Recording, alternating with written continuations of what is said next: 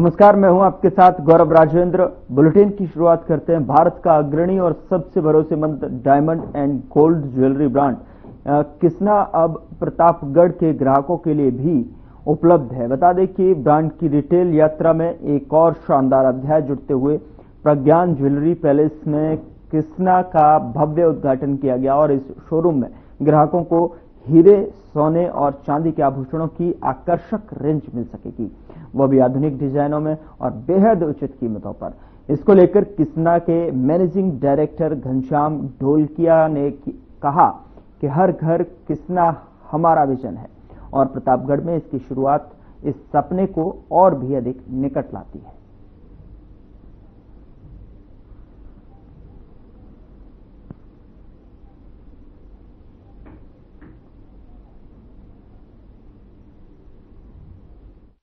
गोरखपुर नगर निगम द्वारा 14.22 करोड़ की लागत से निर्मित नगरीय सेवा केंद्र और senior citizen day care centre का लोकार्पण मुख्यमंत्री योगी आदित्यनाथ ने किया और इस दौरान सीएम योगी ने कार्यक्रम को संबोधित किया।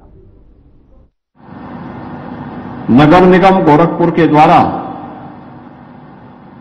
आज गोरखपुर महानगर वासियों को दो महत्वपूर्ण सेवाएं प्रदान करने पर नगर निगम की पूरी टीम को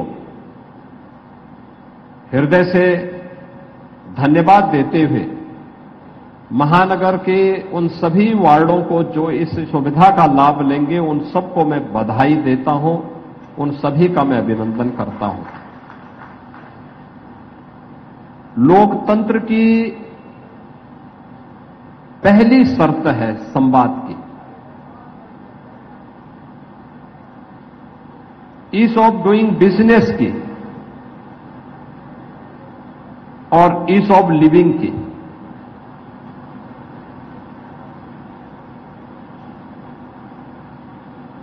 लोकतंत्र की पहली ये शर्त होती है कि जनता की सुविधाओं को हम जितना सरल कर सकें,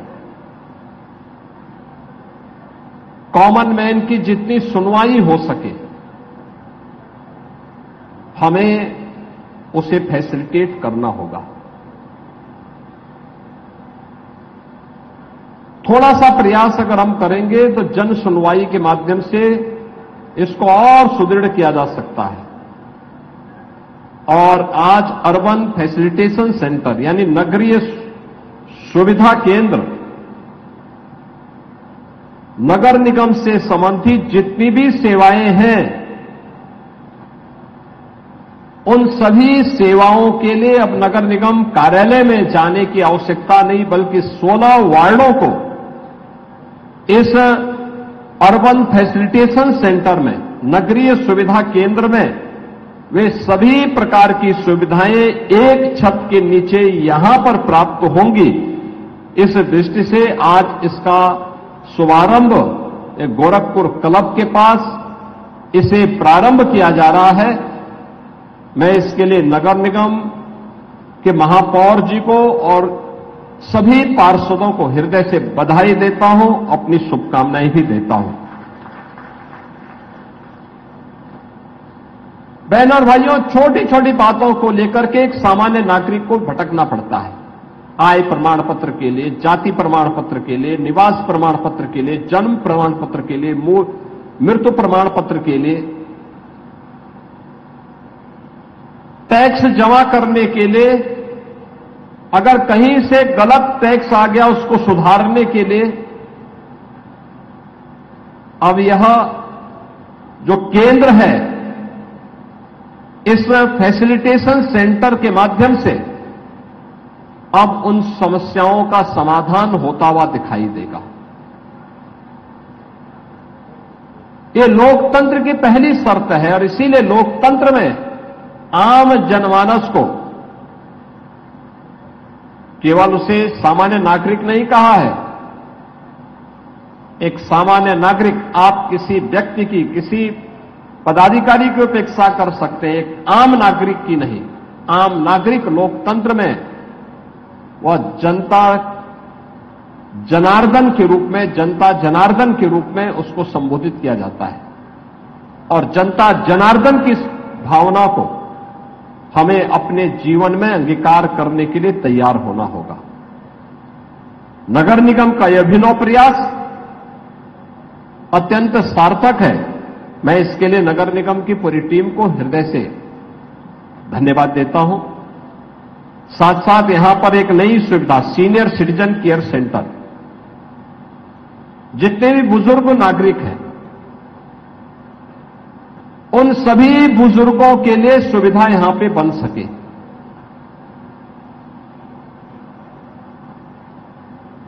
वे लोग यहां पे आकर के दिन भर बैठ सकते हैं। उनके लिए कैंटीन की व्यवस्था भी रहेगी, सुबह योगासन की व्यवस्था रहेगी, अखबार पढ़ने के लिए व्यवस्था रहेगी, लाइब्रेरी में धार्मिक पुस्तकों को और अन्य रचनात्मक पुस्तकों को पढ़ने की सुविधा रहेगी। सीनियर सिटीजन्स के लिए भी एक सुविधा आज यहां पर सीनियर सिटीजन केयर सेंटर के रूप में नगर निगम के द्वारा शुभारंभ किया जा रहा है। मैं नगर निगम को इस सुविधा के लिए भी हृदय से धन्यवाद देता हूं। बहनों और भाइयों, आज हमारा गोरखपुर बदल रहा है। इस बदलाव में आम जनमानस को भी जोड़ना पड़ेगा।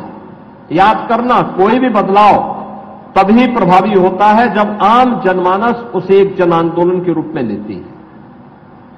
अगर हम उस सुविधा को केवल एक औपचारिकता बना लेते हैं, उस सुविधा को केवल एक औपचारिकता बना करके कुछ लोगों तक सीमित कर देते हैं, तो उसका वास्तविक लाभ आम जनमानस को नहीं मिल पाएगा और वह योजना कभी सफल नहीं हो सकती, कभी नहीं सफल हो सकती है। योजना को सफल करना है तो उसकी पहली शर्त होती है कि हमें उस योजना को आम जनमानस के लिए सुलभ बनाने के लिए आम जनमानस को उसके साथ जोड़ना पड़ेगा।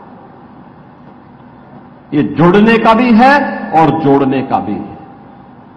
ये दोनों का एक केंद्र बिंदु इससे बनेगा और इससे मुझे लगता है पार्षदों के लिए भी बैठने की व्यवस्था भी है, कॉन्फ्रेंस रूम भी है, सीनियर सिटीजन्स के लिए अलग से व्यवस्था दे दी गई है, उनके लिए योगिक क्लासेज भी चलेंगी, लाइब्रेरी की व्यवस्था भी रहेगी और अन्य महत्वपूर्ण विषयों पर चर्चा के लिए उन्हें अन्य किसी प्रकार की इंडोर गेम्स के साथ भी जोड़ना चाहते हैं, उस प्रकार की सुविधा का भी केंद्र यहां पर बनाने का प्रयास हुआ है।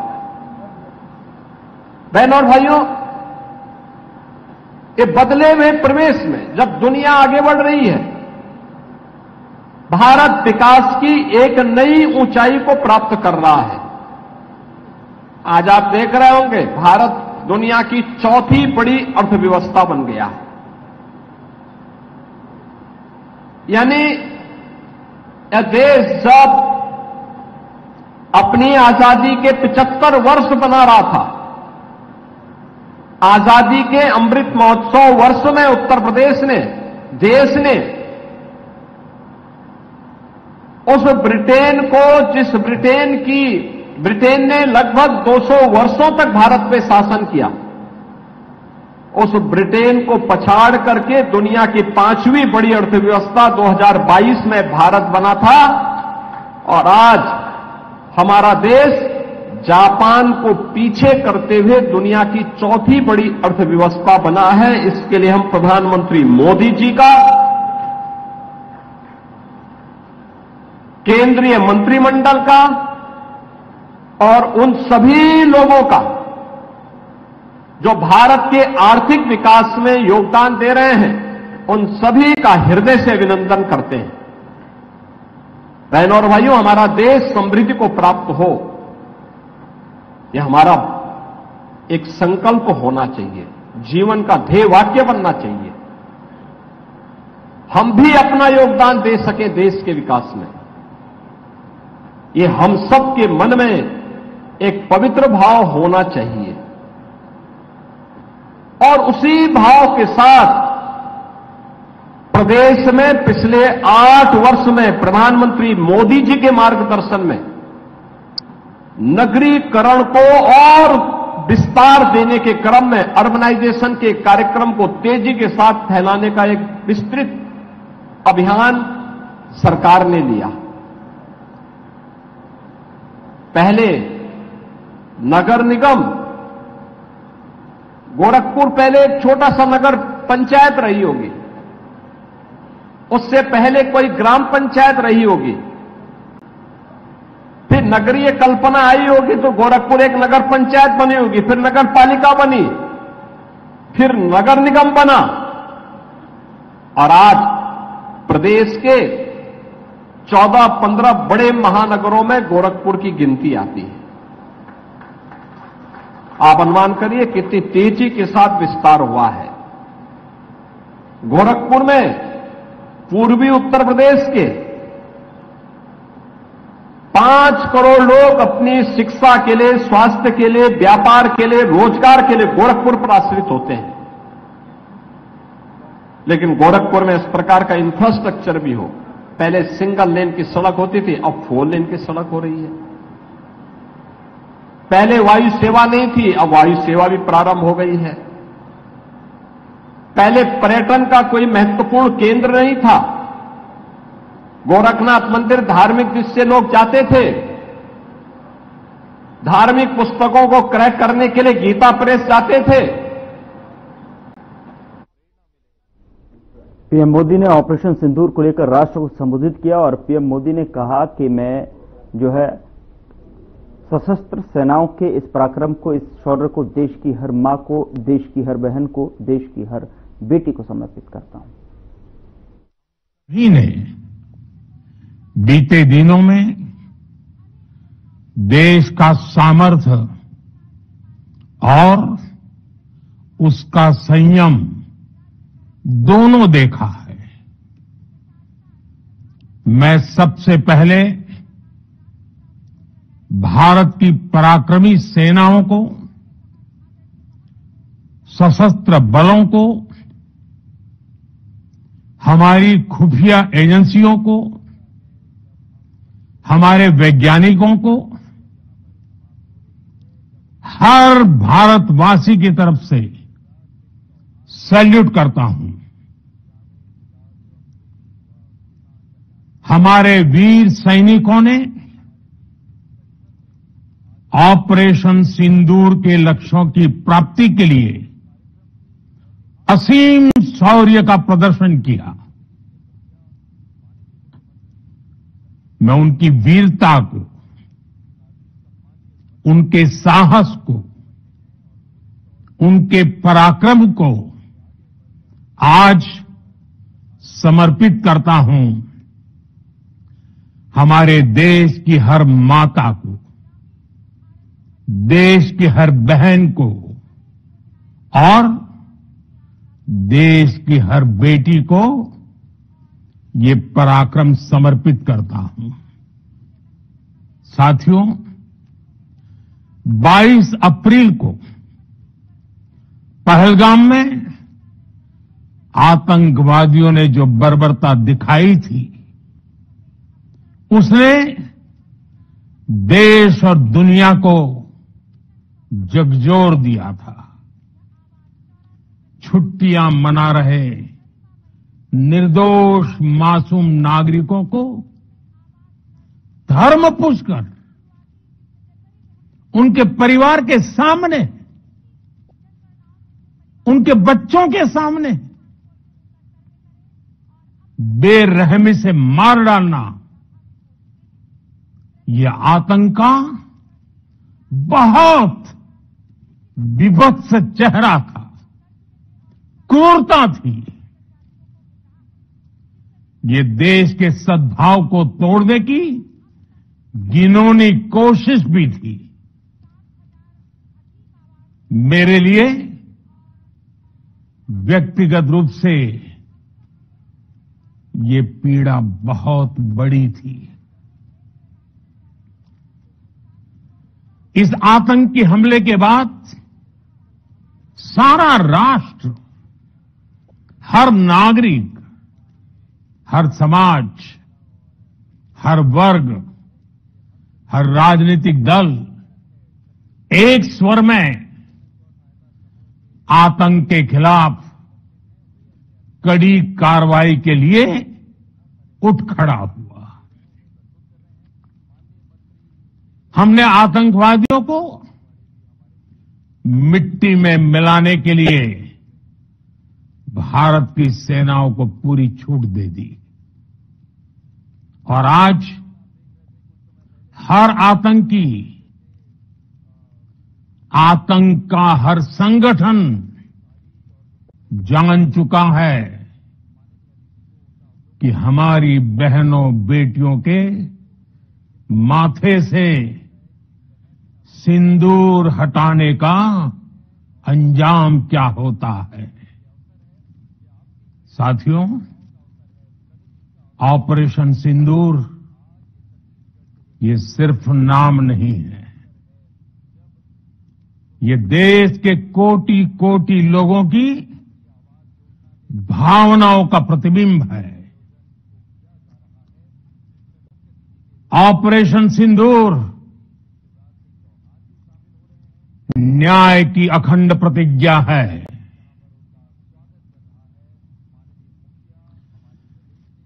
6 मई की देर रात 7 मई की सुबह पूरी दुनिया ने इस प्रतिज्ञा को परिणाम में बदलते देखा है। भारत की सेनाओं ने पाकिस्तान में आतंक के ठिकानों पर, उनके ट्रेनिंग सेंटर्स पर सटीक प्रहार किया। आतंकियों ने सपने में भी नहीं सोचा था कि भारत इतना बड़ा फैसला ले सकता है। लेकिन जब देश एकजुट होता है, नेशन फर्स्ट की भावना से भरा होता है, राष्ट्र सर्वोपरि होता है, तो फौलादी फैसले लिए जाते हैं, परिणाम लाकर दिखाए जाते हैं। जब पाकिस्तान में आतंक के अड्डों पर भारत की मिसाइलों ने हमला बोला, भारत के ड्रोन्स ने हमला बोला, तो आतंकी संगठनों की इमारतें नहीं बल्कि उनका हौसला भी थर्रा गया।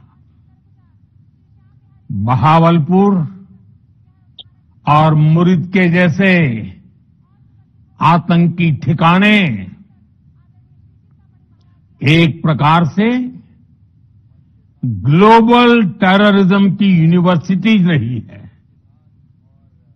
दुनिया में कहीं पर भी जो बड़े आतंकी हमले हुए हैं, चाहे 9/11 हो,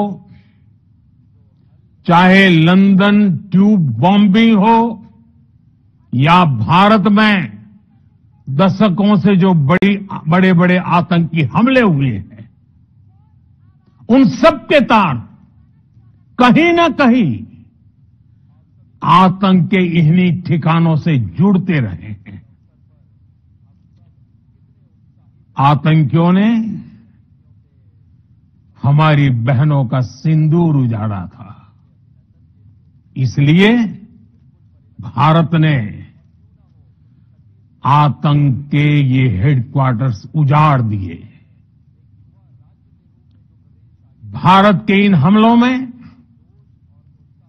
100 से अधिक खूंखार आतंकवादियों को मौत के घाट उतारा गया है। आतंक के बहुत सारे आका बीते 2.5-3 दशकों से खुलेआम पाकिस्तान में घूम रहे थे, जो भारत के खिलाफ साजिशें करते थे। उन्हें भारत ने एक झटके में खत्म कर दिया। साथियों, भारत की इस कार्रवाई से पाकिस्तान घोर निराशा में गिर गया था, हताशा में गिर गया था, बौखला गया था। और इसी बौखलाहट में उसने एक और दुस्साहस किया। आतंक पर भारत की कार्रवाई का साथ देने के बजाय पाकिस्तान ने भारत पर ही हमला करना शुरू कर दिया।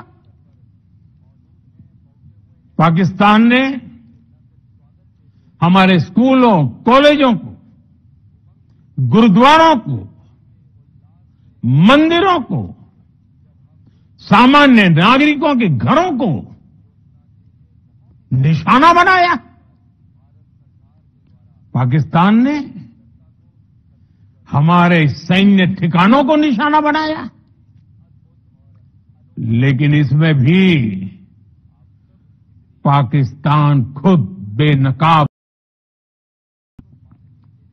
दुनिया ने देखा कि कैसे पाकिस्तान के ड्रोन्स, पाकिस्तान की मिसाइलें भारत के सामने तिनके की तरह बिखर गई।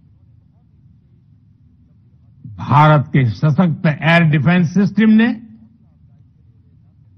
उन्हें आसमान में ही नष्ट कर दिया। पाकिस्तान की तैयारी सीमा पर वार की थी, लेकिन भारत ने पाकिस्तान के सीने पर वार कर भारत के ड्रोन्स, भारत की मिसाइलों ने सटीकता के साथ हमला किया। पाकिस्तानी वायुसेना के उन एयरबेस को नुकसान पहुंचाया, जिस पर पाकिस्तान को बहुत घमंड था। भारत ने पहले 3 दिनों में ही